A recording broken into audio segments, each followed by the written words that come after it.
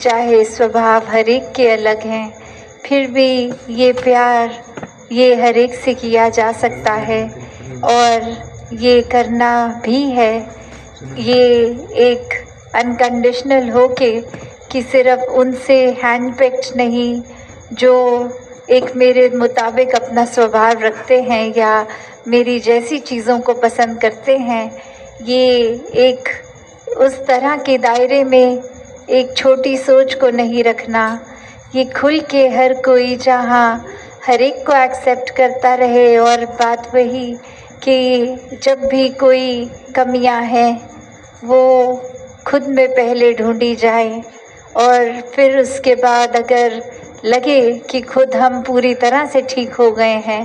तो फिर ये औरों की तरफ भी अगर देखा जाए तो उस नज़र से नहीं कि किसी की कमियों को उछालना है, पर उस नज़र से कि एक उनसे बात करके उनके भी बेहतरी के लिए उनको समझाकर एक दिल से दिल का जुड़ाव रखते हुए एक शुभ चिंतक वाक्य ही बनते हुए हर एक को फिर वो सुधार करना है। और ये बहुत ही स्वाभाविक भी हो जाता है जब इस निराकार को देखकर मन में पहले बसाया जाए, इससे प्रेम किया जाए। तो ऐसा ही भाव संतों ने भी हमेशा समझाया कि कैसे अपने जीवन में हर समय ये कोई भी कार्य करते हुए ये भक्ति उस समय भी की जा सकती है जब कोई काम किया जाता है।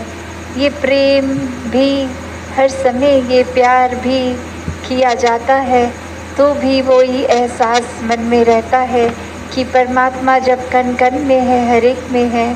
तो ये प्यार भी अपने आप स्वाभाविक हो जाता है हर पल में होने के लिए। और अगर किसी पल में भी हमें वो चिड़चिड़ापन, वो बेचैनी का एहसास है तो वो समय है जहाँ हमें अपने अंदर झांक के देखना है कि अगर ऐसा महसूस हो रहा है तो ये हमारे अंदर का प्रेम, ये सहनशीलता, ये करुणा, दया, ये ऐसी विशाल मन को हमने कहीं खुद ही तो संकीर्ण नहीं कर लिया और ये काम खुद पे तो फिर कुछ समय का नहीं होता। ये हर पल इस निराकार के एहसास में रह के खुद की बेहतरी के लिए एक शिक्षा जो सत्संग से भी मिलती है और सत्संग समाप्त होने के बाद भी पूरे संसार से, ये कण कण से भी मिलती है। तो ऐसी ही शिक्षाओं को एक अपने अंदर डालकर अपने जीवन को वरदायनीय जीवन बना लें, एक हर एक के परोपकार में लगा लें। ये कोई छटाई करके एक अपने मन मुताबिक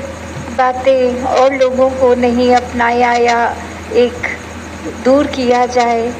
ये हर समय के लिए मन के भाव हों कि हर कोई अपने जीवन में भक्ति को अपनाता रहे,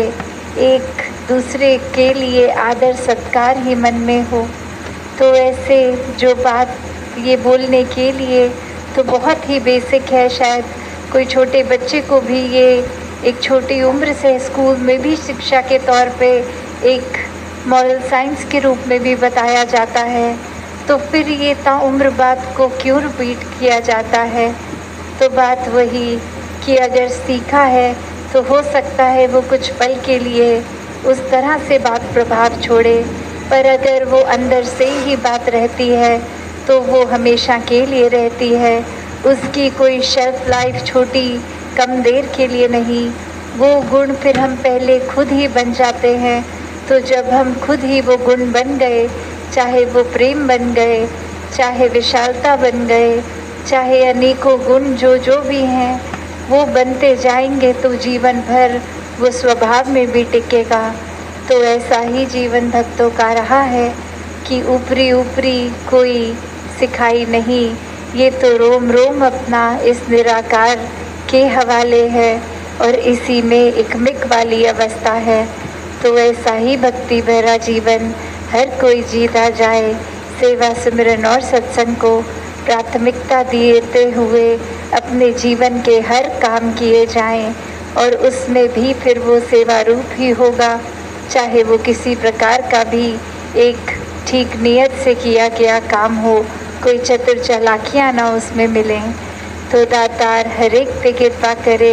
कि हर एक के दिल और कोमल होते जाएं, हर एक के मन के भाव और शुद्ध होते जाएं, हर कोई निष्काम भाव से सेवा करता जाए, एक पूरे संसार के लिए ही एक हमारा एक कंपैशन भी मन में हो